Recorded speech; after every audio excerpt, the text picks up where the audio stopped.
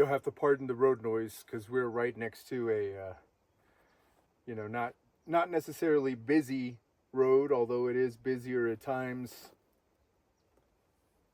But it's a fast road, so these wheels and these engines come ripping through here, and it's pretty audible. I'm sure the camera's going to pick it up a lot. I think that's St. Mary's Lake. I should probably commit some of this stuff to memory before I start talking. I keep saying I need to do that, but I don't know that it's imperative. I suppose if I'm telling you about the destination, whatever you call it. Look at that. That is nuts. And what you can't see in there are some grizzlies, black bear, maybe brown bear here. Lots of birds. Some birds you've probably never even heard of. Deer. In fact, we just had a deer cross the road here and go up this berm on the other side of where we're parked. Sun is setting here to the west. I'm going to do a time lapse and allow the mosquitoes to feast on my blood for the next maybe hour and a half or so. We'll see how late I let it run. You can see some of the light breaking through the mountains here. All the range that you see there in the back is north facing, so it has not had the same amount of exposure to the sun as what I'm looking at here, which would be south facing. So there's still snow on the mountains, and we're mid-June. It's also higher in altitude than where we're standing, which contributes to the temperature as well. But the other thing that you can't see in that valley are waterfalls. The snow that is melting, as it melts, beginning whenever that starts, maybe March, April, May. The snow that melts comes down and fills this lake, which again I think is St. Mary's Lake. And you can see those waterfalls. And here's the thing, a lot of them are probably perpetual. They're going, all the time during the warm season, being fed by snowmelt, but a lot of them are only there while the snow's melting. A lot of the falls in Yosemite, for instance, if you've ever been there, are only producing that waterfall effect, that cascade effect, or at least in volume, during the as the snow is melting and it's at its peak. Once the snow melts, there's really not a whole lot to feed those waterfalls, so you can't really see that in there. But just imagine it, because it's there. There's plenty of them. A lot of them are just like runs going down the side of a mountain, but we saw one the other day that looked like it was coming out of the forest and then dropping back into the forest.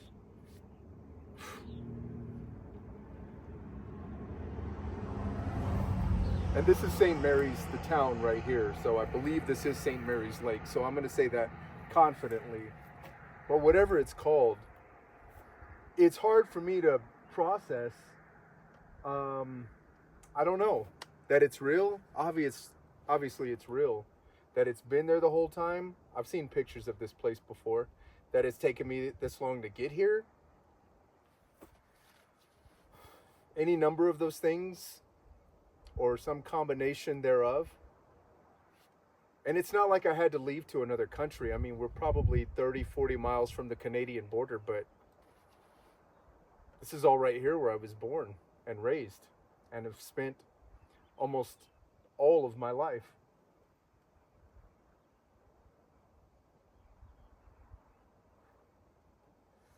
I was noticing Luna getting anxious. We're getting flies and mosquitoes and whatever other kind of bugs fly around here at night. She's getting into it now. She's probably going to come join me here in a second. She's biting them out of the air. I guess I shouldn't mind that, and maybe really I don't, but as I was telling her, these things live here, we're just visiting, so I don't want to be so intrusive as to just go on a killing spree. Granted, they're insects, but still something I'm conscious of. Hey, you want to come over here with me? Come on. I can take you.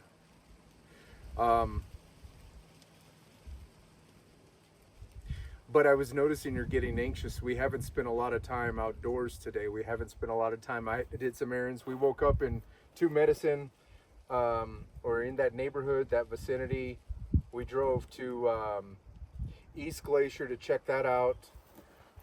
Not a whole lot going on there as far as I was looking for a shower. A lot of these places have showers that you can pay for, and they have them here at the park. I just don't really care for the pricing and the pay style, and I don't know what these showers are like. Like, I want to get, I want to get my money's worth. So at any rate, we went from there. We wound up going back to Browning, which is about 30 miles. Come on, let me talk to you. Let me show you off. Come here. And so anyway, she spent a lot of time in the car. We did get to walk around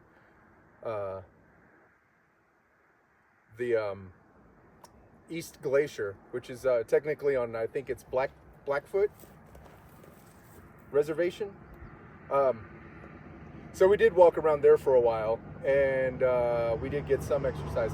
But she's getting anxious. My point being, she's kind of out of her element. She's out of her routine.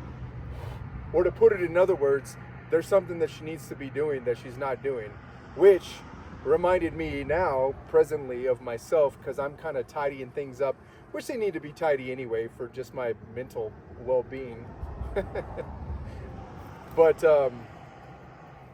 I realized I probably have an opportunity to speak on camera, just to log some of my thoughts, if not share some of our travels, or speak to something specifically. And I realized how much that's just an innate operation that humans do. Maybe not all, definitely a lot, probably most. That when there's something you're supposed to be doing and you put it off by distracting yourself with something else, it's a form of neuroses, or anxiety, which I'm well versed in that. But so here I am. I'm saying something on the camera to upload to YouTube. Wi-Fi pending, because I have not been having much luck with that around here. It's kind of, which is weird because I seem to have cell phone connection. I just don't, not the connectivity. Like, I've got the bars, but nothing's uploading and almost nothing is downloading. If I'm trying to look at something or check messages or anything like that. But yeah, once we find some good Wi-Fi. So here's the plan. We're here on the very northeast of the park. A little further, going towards the Canadian border, which is kind of traveling north and west, is Babb, this town of Babb, Montana. And into the park is Mini Glacier. We've already checked that out, so we're back over here on this end. We're waiting for this main thoroughfare that runs through the park from where we are in the northeast to the southwest part of the park, which would be West Glacier, Montana. That road is still closed. It was supposed to be open, I think, Thursday, and then somebody said Friday, and now they're saying Monday. So the plan is, here we are outside of the park. You're looking at the park now, but technically we're outside of the park perimeter. And I want to catch sunset here, because I've wanted to see it since we've been here, but we've either not been here, or the weather's been bad, or the first night that we got here, the first day we got here about this time, we were kind of like in a hurry to get into the park and do some exploratory surveying. So this is going to be probably our last sunset from this vantage point. Tomorrow we'll spend some time inside the park on this side of that road closure. That would be Sunday, the 15th, and then Monday, the 16th. Assuming that road is open, we'll drive through, and that may be our only time driving through, because to come in from the other side of the park, you have to have, yeah, the mosquitoes are bad actually. you have to have reservations or you got to do something to get in. You can go in easily from this side once the road's open, but the road's not open. So, assuming that is our pass on Monday, that may be our only pass. And then we'll maybe explore East Glacier and I think it's Kellyspell. We still have to go back to Helena, which we passed through on the way here, but we didn't do any pictures of Luna in front of the Capitol, so we're going to go back and check that block. It's only a couple hours. I don't know. From that side of the park, I don't know, but it was like 3 getting here. So we'll go back there and begin wrapping up our time in Montana. And that's assuming the weather holds, because it's starting to get hot already. It's perfect right now. If I can wear a beanie and long pants, then it's decent weather. Ideal weather. But it is getting warm. And so the idea is maybe Idaho next. But if it's too hot in Idaho in July, then, well, I'll keep my lip zipped about it for now until we know for sure what we're going to do. But I'm not dragging our asses through hot summers, regardless of how it is at night. I'm just not doing 80, 90, 100 degree days in the American West. So we'll see. I think that's it for now, except to say, if you are anxious about something or you're demonstrating signs of some sort of neurosis, maybe think about the things that you're avoiding. Conversations, tasks,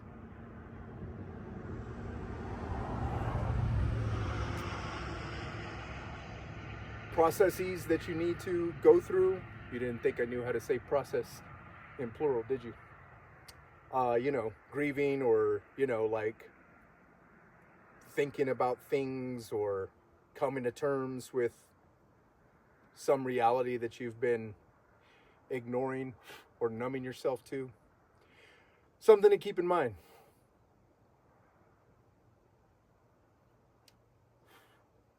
Something else I've noticed, and this is way off topic, so maybe I should have saved this for another time, but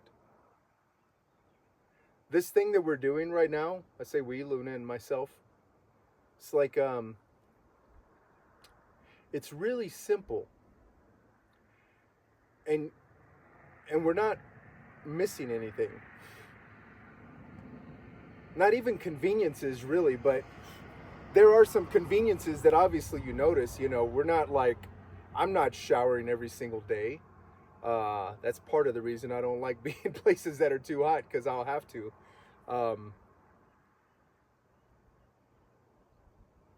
We don't have a pantry of food. I keep certain things in there, obviously, in the vehicle. But we're, it's not like we're not grocery shopping for a week or two and just have stuff sitting around. Wi-Fi, cell phone connection is kind of sketchy. So those sorts of conveniences, yeah, obviously they fall off. But for the most part, everything's fine. So it's simpler. It's simpler. And it's maybe a little more difficult, or there's some I don't want to say complications. More effort is involved, It's like, if you had to walk down to the river to get the pails of water that you were going to use to drink and cook with, as opposed to just turning on a faucet and they're there. There are things like that, but it puts your body in motion, and it makes you task oriented in a way that kind of helps you go through the processes that you need to go through: thinking, breathing, getting exercise. And we're not doing a lot of physical stuff. I mean, most of our physical exertion is walking, which is good exercise, but it's not like we're doing anything like going down to the river to get our pails of water, hauling it back on our shoulder or anything. There's nothing that dramatic. But just the little things that we do, it's like, it's almost like a meditation. Like you're focused on that task and nothing else in that moment. So in that moment that you're just fixing your bed or consolidating dirty clothes or trash or something like that, you're realizing, hey, why am I avoiding this thing? Why am I not getting to it? What's going on there? Maybe you don't come up with an answer, but at least you have time to ask versus scrolling, which is has been a big problem of mine in the past and can still be. Um, I also know that if I was around other people, friends, family, anybody, my agenda, what I think I'm going to do with my time, completely derailed instantly. I just put everything that I want or need or think to the side automatically. It's not even a conscious thing. That's a personal hang up. That doesn't necessarily apply to everybody, but I was noticing today how simple everything is. It's just really simple. There's no worrying about. Just don't worry about anything. And I don't feel like I'm cheating in that respect. It's not like I'm cutting somebody short by living such a simplistic lifestyle. It's just literally all there needs to be. I listen to a lot of speakers. One that I really gravitate toward and have for years now, though it does feel like just yesterday, but I've been listening to him for maybe, what are we, 25? Maybe 10 years? No, 8, 7? Is Terrence McKenna, and he has all these ideas, more than I can go into to give you a fair sampling of what his philosophy is. See, I swat these things away. She's more of a murderer. I actually have a thing. Hold on. What I was gonna say is Terrence has these a lot of these ideas. I don't necessarily want to elaborate on any of them because I'm not the authority, but one of them is just imagining a future world where we're not all,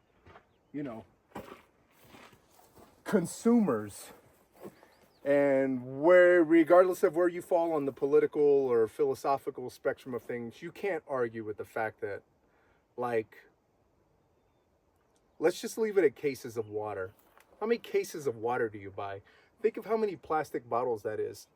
Imagine where all that stuff goes. This stuff's sprayed with DEET, so maybe this will help us out. Because like I used to tell the boys, those things don't disappear. It's all going somewhere. It's sitting and it's waiting for somebody to do something with it. And if nobody does anything with it, as far as like breaking it down, melting it, recycling it, I don't know what's on the menu for a thing like a plastic bottle. But if somebody's not doing that, it's just collecting. It's piling up like a big mountain.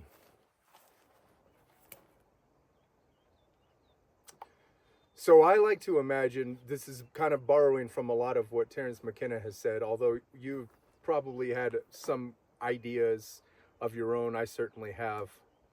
But imagining living more like this, and with our conveniences, and by conveniences I don't mean like multiple social media apps to doom scroll on necessarily, endless short form content necessarily. I just mean having that connectivity.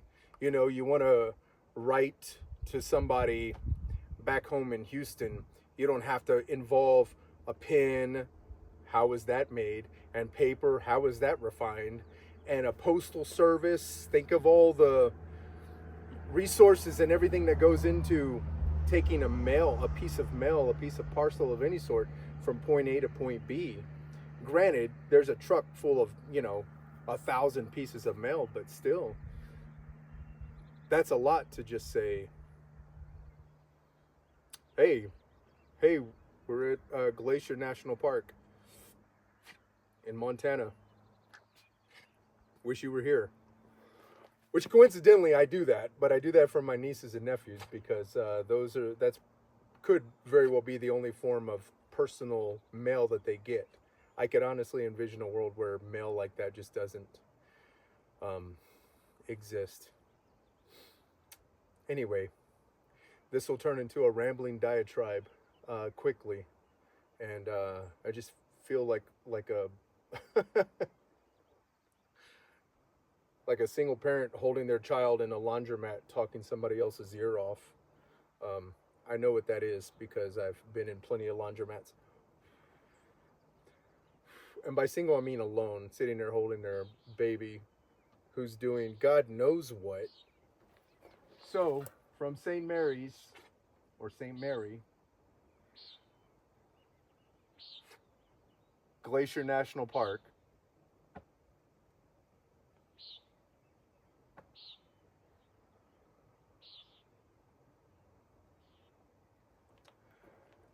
we bid you farewell.